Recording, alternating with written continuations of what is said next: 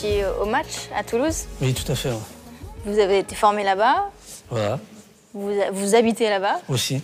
Alors, qu'est-ce que vous avez pensé de ce match? Bon, là, je peux le dire parce que je suis à Paris, ça, c'est sur Toulouse. Mais bon, disons qu'il y avait quand même je dirais une division d'écart. Vous avez passé 5 saisons à Paris. Quels souvenirs vous en gardez?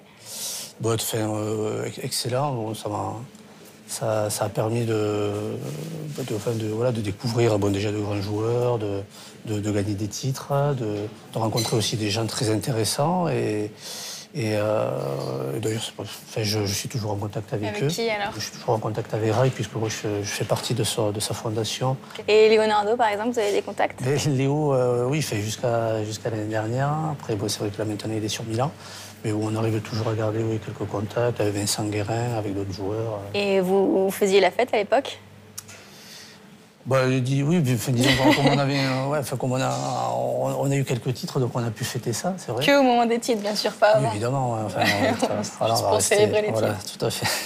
Et vous avez déclaré que Rai était meilleur que Zlatan. Vous le pensez toujours? Ou c'est l'amitié qui...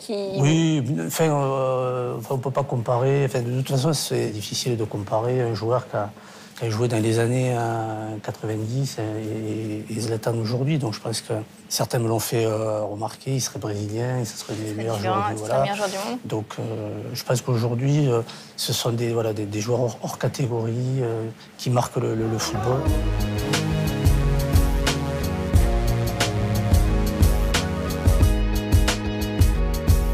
Et on a parlé de Zlatan, mais est-ce qu'il y a d'autres joueurs qui vous impressionnent?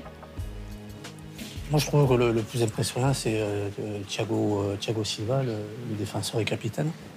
C'est si jeune, avec autant d'expérience. Et puis, c'est tellement rare de voir des joueurs qui anticipent le jeu, qui anticipent les ballons.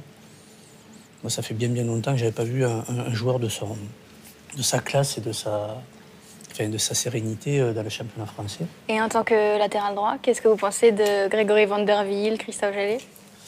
Bon, Christophe, je le trouvais très pro et très intéressant dans ses courses, dans tout ce qu'il faisait.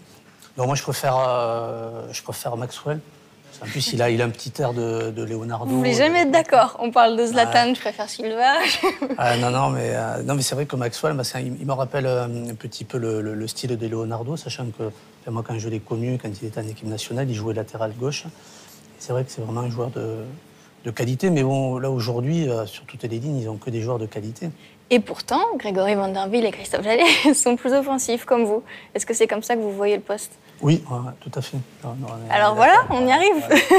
Oui, bien sûr, oui, parce que de toute façon, très souvent, ces joueurs-là sont des anciens, on va dire, attaquants milieu. C'est un rôle très difficile, parce que physiquement très dur. Il faut avoir un bon jeu défensif tout en ayant une qualité de relance et de centre. Mais pour moi, depuis Manuel Amoros et William Ayache, c'est un rôle. Le rôle de latéral, il doit être celui-là. Ouais. Merci beaucoup, Jimmy. Merci à vous.